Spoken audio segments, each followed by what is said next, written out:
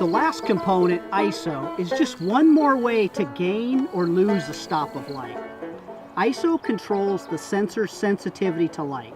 The larger the number on your ISO, the greater your camera's sensitivity.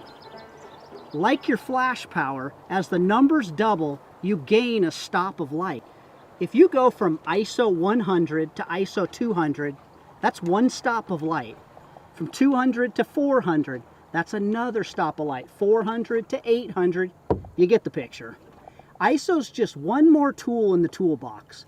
When the light starts getting low like it is now, rather than continuing to stop down your lenses, why not just increase the ISO? I know what you're thinking. I can't go too high because my pictures will be unusable because of all the noise. I'm here to tell you, stop fearing high ISO. My challenge to you is to take your camera out, shoot a series of pictures from your lowest ISO setting to your highest ISO setting.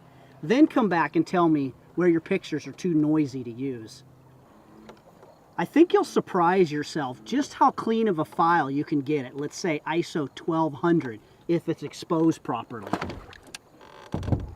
You know, if I underexposed a photograph by 2 stops and then tried to recover those stops in Photoshop or Lightroom, of course I'm gonna have noise. You know, a while back I was on an airplane and I read an article in a photographic magazine about a prominent Sports Illustrated photographer. One sentence in that article changed my entire thinking about ISO. He stated that over the past few years, he couldn't remember shooting a photograph of a professional sporting event at night where he never shot less than ISO 3200. Now I dare say that you don't think of Sports Illustrated as a magazine filled with low-resolution, noisy photographs. Here's one last thing to remember about ISO.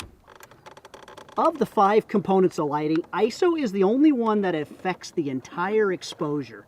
ISO raises or lowers both the flash on the subject and the ambient light. Stop fearing it and start using it to your advantage. Outside of the studio, I am constantly changing my ISO because the lighting in the world around me is constantly changing. ISO has become like my best friend.